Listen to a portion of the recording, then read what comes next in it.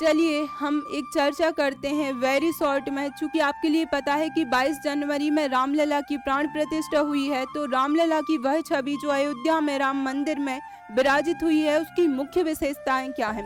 सबसे पहले तो हम देख लेते हैं कि उसमें है भगवान विष्णु के 10 अवतार। तो वो 10 अवतार कौन कौन से थे? वह है सबसे पहले मत्स्य। देखिए मत्स्य इमेजिन करते जाइएगा, आपको इसी वीडियो में याद हो जाएगा।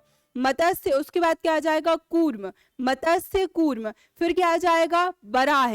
बराह के बाद क्या है? नरसिंह अवतार। फिर क्या आ जाएगा आपका? वामन अवतार। फिर क्या आ जाएगा? परशुराम अवतार। फिर राम, फिर कृष्ण, बौद्ध और कल्कि।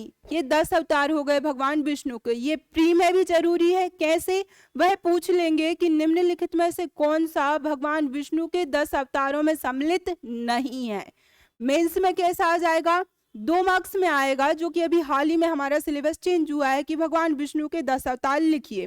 ठीक है, अब हम बढ़ते हैं दूसरे क्वेश्चन की तरफ। जो रामलला की छवि है, तो दाएं तरफ क्या क्या विराजमान है? सबसे पहले है ओम, हम ओम बोलते हैं, फिर शंख बजाते हैं, फिर क्या आ जाता है? भगवान विष्णु का चक्र। तो दाएं तरफ 3 चीजें हो गई, ओम हो गया, शंख हो गया, फिर आ जाएगा गदा। सबसे ऊपर देखिए, ऊपर से ही तो भगवान सूर्य भी उदय होते हैं, और चूंकि राम भगवान भी सूर्यवंशी थे, तो सबसे ऊपर है सूर्य।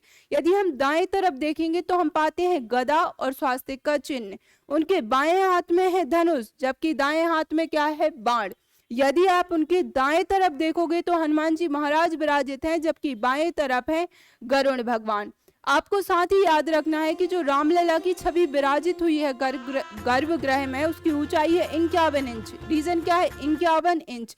रीजन है त्रेता युग में उनकी ऊंचाई इतनी ही हुई होगी, क्योंकि वर्तमान में हमारी ऊंचाई सामान्यतः 5 वर्ष की अवस्था में होती है 45 इंच। तो उस समय भगवान की जो ऊंचाई है वह 51 इंच रही होगी। साथ ही उनकी आयु कितनी है?